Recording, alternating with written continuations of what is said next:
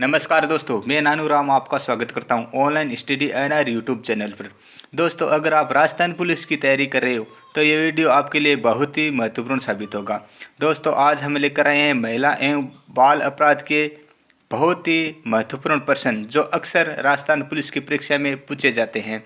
दोस्तों, पहला प्रश्न है, बाल श्रमिक है यानी बाल श्रमिक कौन सा है?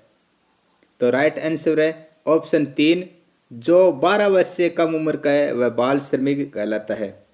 यानी जिस बच्चे की 12 वर्ष से कम उम्र है वह बाल श्रमिक है। इस प्रश्न से संबंधित इम्पोर्टेंट पॉइंट वो जान लेते हैं।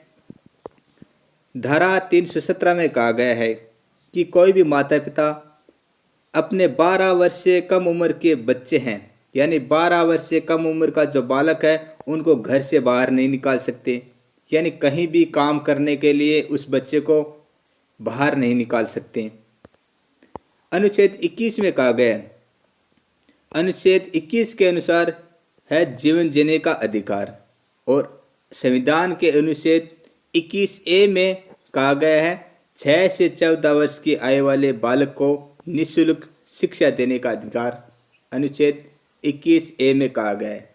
यानी जो बच्चे हैं उनको निःशुल्क शिक्षा देने का अधिकार कहा गया है अनुच्छेद 21A में। अगला प्रश्न है, घरेलू हिंसा के विरुद्ध महिलाओं का संरक्षण अधिनियम 2005 के अंतर्गत निम्न में से कौन सी धारा सम्मिलित नहीं है? दोस्तों, आजकल नहीं वाले जो प्रश्न है वह बहुत ज़्यादा संख्या में पूछे जाते हैं, तो इस बात का आप विशेष कर ध्यान रखिए। इस प्रश्न के ऑप्शन 1 है धारा 3 घरेलू हिंसा की परिभाषा, धारा 3 संरक्षण अधिकारी, धारा 14 सेवादाता से परामर्श लेना, धारा 20 संयुक्त निवास प्राप्त करने का अधिकार। तो इस प्रश्न का राइट आंसर हो जाएगा धारा 20 संयुक्त निवास प्राप्त करने का अधिकार। ये सही आंसर हो जाएगा।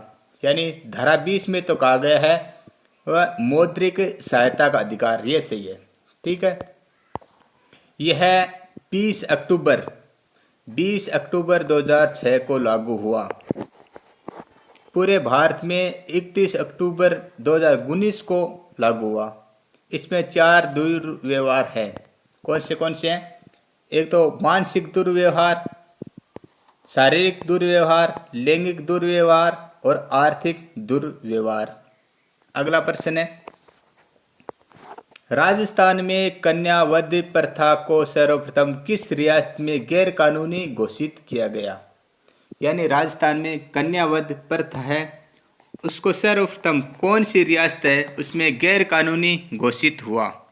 तो राइट आंसर हो जाएगा ऑप्शन नंबर 4, जोधपुर रियासत में। इम्पोर्टेंट पॉइंट वो जान लेते हैं। एक तो पहले थी डाकण प्रथा, तो डाकण प्रथा को सर्वप्रथम उदयपुर रियासत में 1853 में स्वरूप सिंह ने रोक लगाई। यानी जो डाकण प्रथा थी उस पर सर्वप्रथम उदयपुर रियासत में 1853 में स्वरूप सिंह ने रोक लगाई। एक थी त्याग प्रथा, तो त्याग प्रथा पर मारवाड़ रियासत जोधपुर रियासत को ही कहते हैं। तो मारवाड़ रियासत में 1841 में मान सिंह राठौड़ ने रोक लगाई। एक थी सती प्रथा, तो दोस्तों सती प्रथा पर रोक लगाई 1822 में बूंदी रियासत में सर्वप्रथम रोक लगाई सती प्रथा पर। एक थी समाधि प्रथा, तो दोस्तों समाधि प्रथा वो होती है जो जीवित व्यक्ति है वो समाधि लेता है, तो जीवित व्यक्ति समाधि लेते हैं उस पर रोक लगाई 1844 में।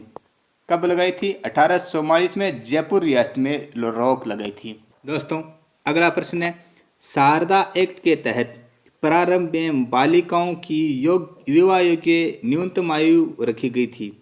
यानी शारदा एक्ट है उसके तहत प्रारंभ में बालिकाओं की विवाह योग्य न्यूनतम आयु है वह क्या रखी गई थी? तो राइट आंसर है अपना ऑप्शन नंबर 3, 14 वर्ष। इम्पोर्टेंट पॉइंट वो डिस्कस कर लेते हैं। हिंदू विवाह अधिनियम 1955 के अनुसार, यानी हिंदू विवाह अधिनियम 1955 है, उसके अनुसार 18 मई 1955 को यह अधिनियम लागू हुआ। शारदा एक्ट के तहत लड़की की विवाह योग्य आयु वो 14 वर्ष और लड़का की विवाह योग्य आयु है वह 18 वर्ष रखी गई।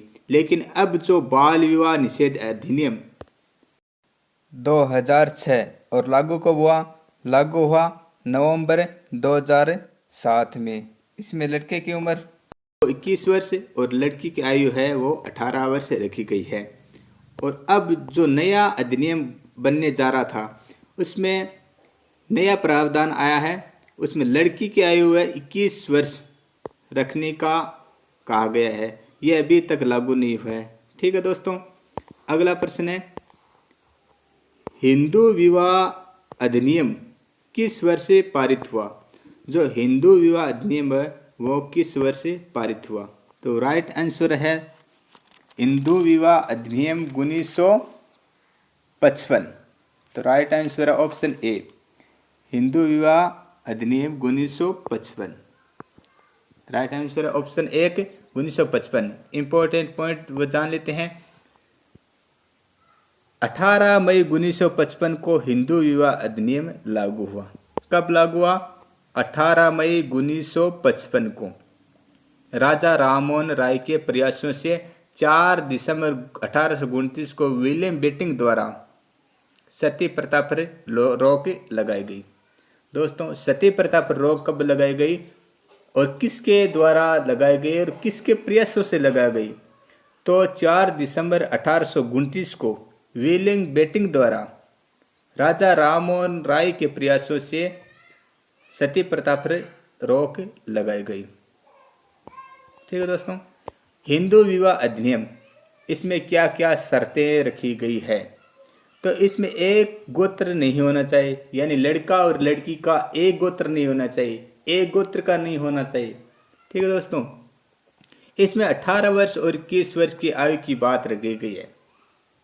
जो हिंदू विवाह अधिनियम है उसमें लड़का की उम्र तो 21 वर्ष और लड़की की उम्र है वो 18 वर्ष रखी गई है। अग्नि के सामने 7 फेरे लेने अनिवार्य हैं। हिंदू विवाह अधिनियम है उसके अनुसार अग्नि के समक्ष है वो 7 फेरे लेने जरूरी है। दोस्तों, राजस्थान में माना जाता है कि 4 फेरे लिए जाते हैं, लेकिन ये बात सिर्फ राजस्थान की नहीं है, ये पूरे भारत की बात है। पूरे भारत में हिंदू विवाह अधिनियम है उसके अनुसार 7 फेरे लेने अनिवार्य हैं। जैसे महाराष्ट्र, गुजरात वो उसमें 7 फेरे लेने अनिवार्य है।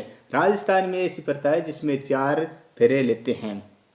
ठीक है दोस्तों, नातीदारी में विवाह नहीं हो सकता, इसमें नातीदारी है उसमें विवाह नहीं हो सकता। इसके अनुसार व्यक्ति वो पहले से शादीशुदा नहीं होना चाहिए, यानी व्यक्ति पहले से ब्याह नहीं होना चाहिए, शादीशुदा नहीं होना चाहिए, कुंवारा ही होना चाहिए।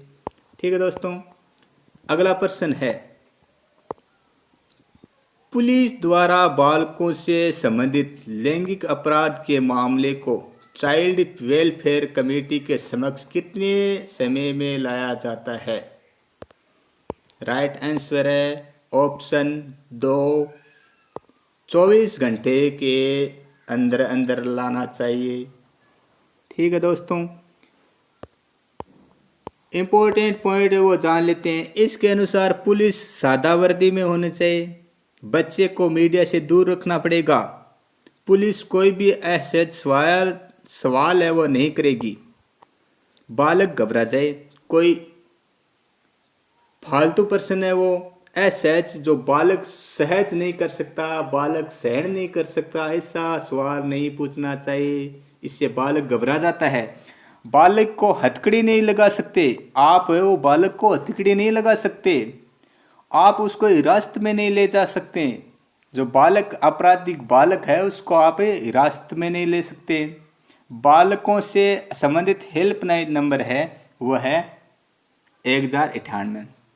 बालकों से संबंधित हेल्पलाइन नंबर है वह है 1098। दोस्तों, अगला प्रश्न है, पोक्सो अधिनियम 2012 किस दिन से अस्तित्व में आया? जो पोक्सो अधिनियम है 2012 में बना था, वह किस दिन से अस्तित्व में आया? तो राइट आंसर है ऑप्शन 2 नंबर 14 नवंबर 2012 को। पोक्सो अधिनियम 2012 है वह 14 नवंबर 2012 को, जो 14 नवंबर बाल दिवस आता है 14 नवंबर को, उसके दिन से अस्तित्व में आया, उस दिन से अस्तित्व में आया। इंपॉर्टेंट पॉइंट डिस्कस कर लेते हैं। धारा 82 व धारा 83 में अपराध की सजा नहीं है। जो धारा 82 व 83 है उसमें अपराध की सजा नहीं है। धारा 82 के अनुसार इसमें लड़के की उम्र 6 से 14 वर्ष होती है, और धारा 83 के अनुसार इसमें बालक की उम्र है वो 7 से 12 वर्ष होती है। इस उम्र में बालक का है वो शारीरिक विकास तो होता है, लेकिन उसका मानसिक विकास नहीं होता। चाइल्ड हेल्पलाइन नंबर क्या है? ये तो आपको आता ही होगा। राइट आंसर है option 3 number 1098। Child helpline number है 1098। ठीक है दोस्तों। महिलाओं से संबंधित नंबर है वह है 1092, 1091 और 112।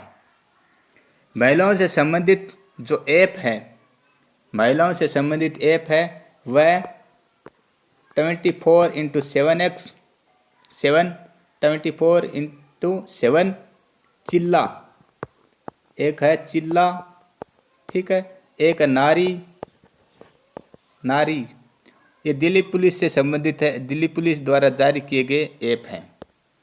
अगला प्रश्न है, ये तो बहुत ही बढ़िया प्रश्न है दोस्तों।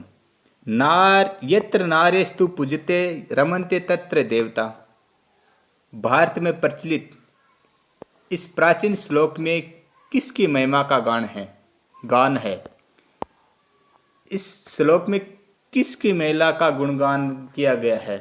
तो सभी जानते हैं ऑप्शन 3 नंबर नारी से संबंधित है ये श्लोक, यानी जहाँ महिलाओं की है वो पूजा होती है, वह देवता रमन करते हैं।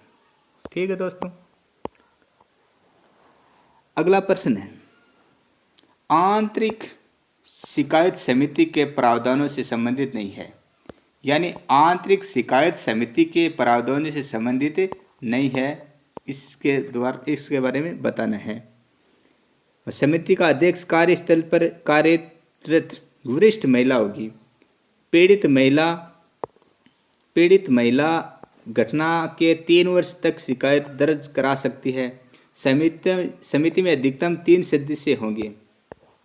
4 नंबर है, समिति के 3 सदस्यों में एक महिला सदस्य अनिवार्य है। तो इसमें राइट आंसर हो जाएगा ऑप्शन 2 नंबर। पीड़ित महिला घटना के 3 वर्ष तक शिकायत दर्ज करा सकती है, ये गलत है इसमें। ठीक है दोस्तों, ये संबंधित नहीं है। इंपॉर्टेंट पॉइंट जान लेते हैं।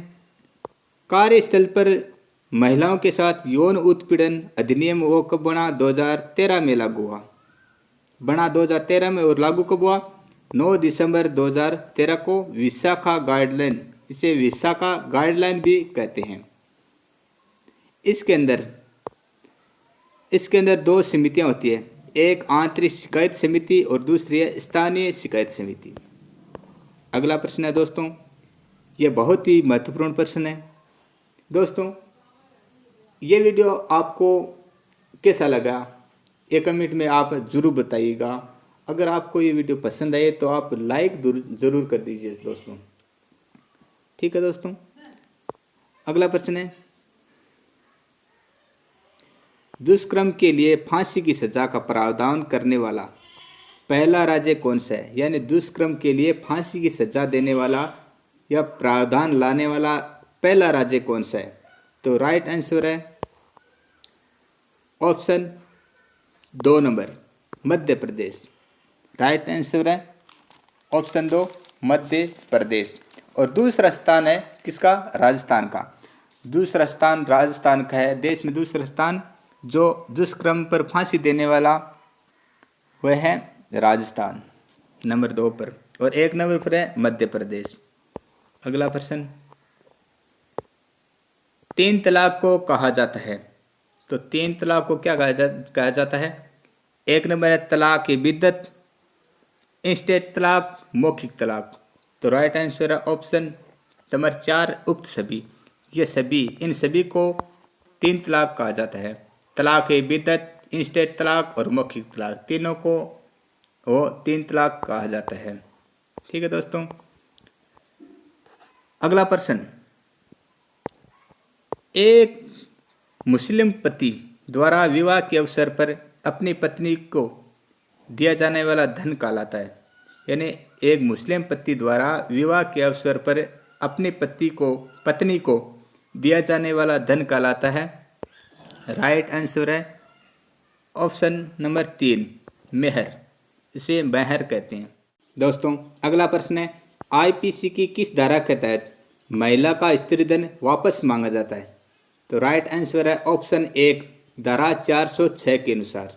तो 406 के अनुसार वो महिला का स्त्रीधन है वो वापस मांगा जाता है। इंपॉर्टेंट पॉइंट जान लेते हैं। धारा 498 के अनुसार, जो धारा 498 है उसके अनुसार आप पत्नी को डांट नहीं सकते। 3 साल की सजा का प्रावधान। आप पत्नी को ये नहीं कर सकते कि ए इधर आ चाय बना, ऐसा नहीं कर सकते। आप पत्नी को डांट नहीं सकते। इसमें 3 साल की सजा का प्रावधान है। पत्नी कहेगी 3 साल, आप पत्नी को कभी डांट नहीं सकते। उसको प्यार से बुला सकते हैं, ऐसा ही कह सकते हैं, सोना बाबू इधर आओ ना, चाय बनाओ ना। आप उसको डांट नहीं सकते। आपके अलावा और कोई भी नातेदार उसे डांट नहीं सकते। आपके अलावा कोई भी नातेदार है ना, उसको डांट नहीं सकते। ठीक है दोस्तों। जो दहेज निषेध अधिनियम 1961 है उसके अनुसार, दहेज निषेध अधिनियम 1961 के अनुसार धारा 6 के अनुसार दहेज पर हक हमेशा विवाहिता का होता है। आपका कुछ नहीं है, सब कुछ विवाहिता का ही है। दोस्तों अगला प्रश्न है, इस्लाम धर्म में पति पत्नी की पारस्परिक सहमति से होने वाले तलाक को क्या कहा जाता है? जो पारस्परिक सहमति से जो तलाक होता है उसको क्या कहते हैं इस्लाम धर्म में? तो राइट आंसर है ऑप्शन नंबर 3 मुबारत। तो मुबारत कहते हैं।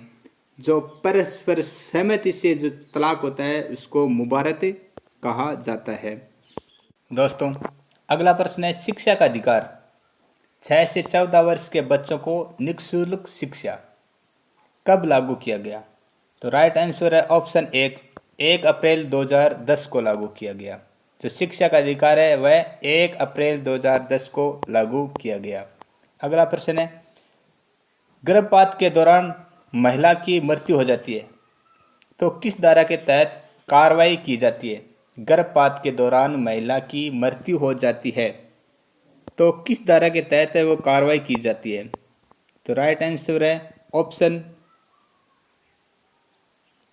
4 नंबर धारा 314 के तहत कार्रवाई की जाती है। इंपॉर्टेंट पॉइंट जान लेते हैं। गर्भ का चिकित्सकीय समापन अधिनियम 1971 लागू हुआ 1 अप्रैल 1972 को। जो गर्भ का चिकित्सकीय समापन अधिनियम 1971 है वो लागू हुआ 1 अप्रैल 1972 को। इसके अनुसार महिला अनचाहे गर्भ को गर्भपात करा सकती है। जैसे किसी महिला के साथ बलात्कार हुआ हो वह गर्भपात करा सकती है। जिस महिला के साथ बलात्कार हुआ हो वह महिला गर्भपात है वो करा सकती है। जैसे किसी महिला के साथ बलात्कार हुआ हो तो वह गर्भपात करा सकती है। गर्भपात की अवधि है वह 12 सप्ताह। इसके बाद आप गर्भपात है वो नहीं करवा सकते। और 24 सप्ताह हो जाए तो हाईकोर्ट के आदेश पर या कोई विशेष स्थिति में है ना तब भी आप गर्भपात करा सकते हैं, अन्यथा आप गर्भपात नहीं करा सकते। अगला प्रश्न है, दहेज निषेध अधिनियम 1961 में संशोधन कब किया गया? तो दहेज निषेध अधिनियम 1961 है, उसमें निषेध किया गया 1986 में। राइट आंसर है ऑप्शन ए 1986। इम्पॉर्टेंट पॉइंट है, दहेज शब्द है वो जहेज जहेज शब्द से बना है, जो अरबी भाषा से बना है। इसका अर्थ है स्त्री धन या फिर सौगात कह सकते हैं। इसमें 10 धाराएं होती है।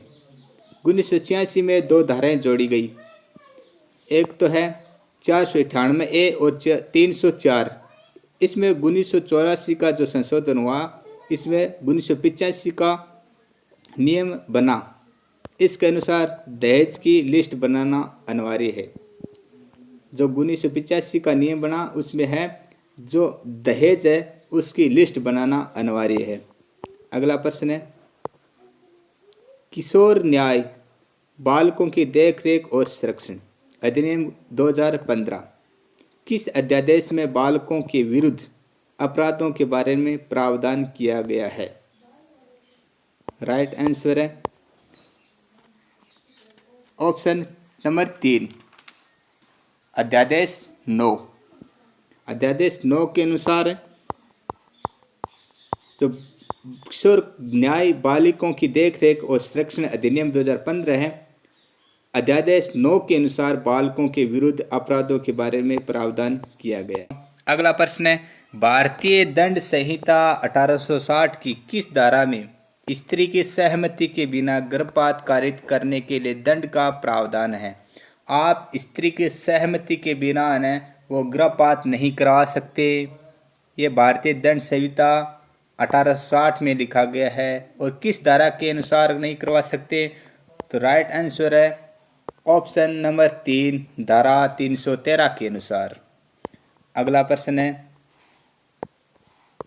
भारतीय दंड संहिता 1860 की किस धारा में दहेज मृत्यु के बारे में प्रावधान है? दहेज मृत्यु के बारे में प्रावधान है, वो किस धारा के अनुसार है?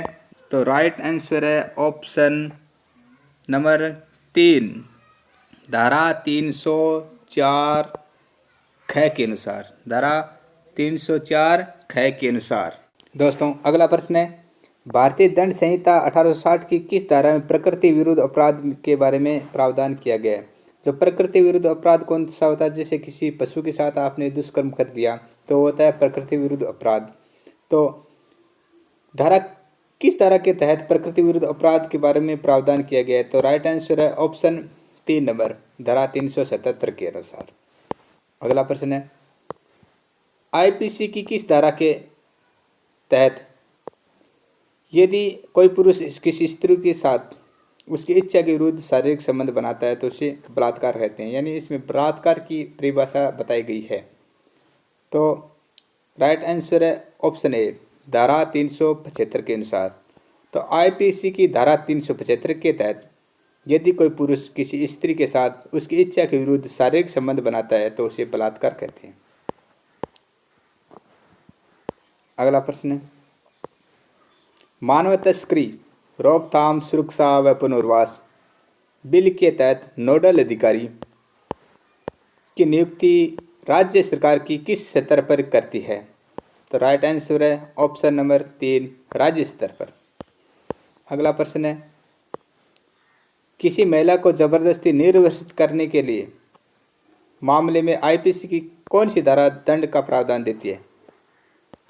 तो राइट आंसर है ऑप्शन 3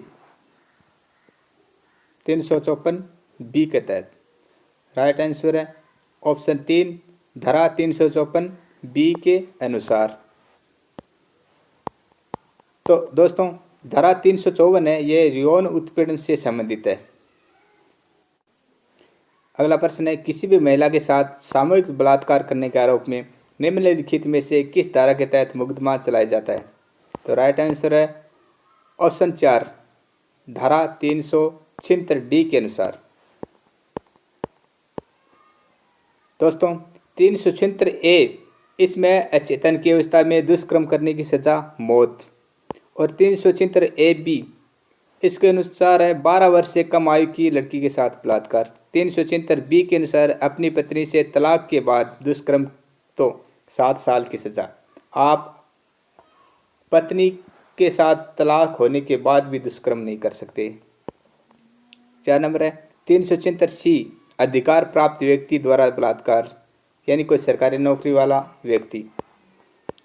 5 नंबर है 376 डी सामूहिक दुष्कर्म। 6 नंबर है 376 डी ए, इसमें 16 वर्ष से कम आयु की लड़की से दुष्कर्म। और 376 डी बी, इसके अनुसार 12 वर्ष से कम आयु की लड़की से दुष्कर्म। और 377 पहले से उक्त धाराओं का आरोपी है और दोबारा वह अपराध करता है तो धारा 377 लगेगी। दोस्तों अगला प्रश्न है स्त्री अशिष्ट रूपण प्रतिषेध अधिनियम किस वर्ष लागू हुआ? तो राइट आंसर है ऑप्शन नंबर 3 1987। 1987 में लागू हुआ और बना कब? बना 1986 में। दोस्तों अगला प्रश्न है कन्या भ्रूण हत्या और गिरते लिंगानुपात को रोकने के लिए भारत की संसद द्वारा पारित पूर्ण गर्भधारण और प्रसव पूर्व निदान तकनीक ACPNDT अधिनियम किस वर्ष लागू हुआ? इसमें दोस्तों राइट आंसर है ऑप्शन नंबर 3 1996। दोस्तों यह एक्ट है 1994 का और लागू हुआ 1 जनवरी 1996 और संशोधन हुआ 14 फरवरी 2003 में। इसमें धारा है 315 बच्चे को, इसमें धारा है एक तो 315 इसमें बच्चे को गर्भ में मारना और 316 में जन्म के बाद मारना और धारा 317 में कोई भी माता पिता अपने बच्चे को बाहर काम पर नहीं भेज सकते जिसकी उम्र 12 वर्ष से कम हो। और धारा 318 में शिशु की हत्या के बाद अपने पास रखना। दोस्तों अगर ये वीडियो आपको अच्छा लगा तो वीडियो को लाइक शेयर एवं कमेंट जरूर करना और अगर आप चैनल पर नए हो तो चैनल को सब्सक्राइब जरूर करना। जय हिंद, जय भारत, जय जय राजस्थान।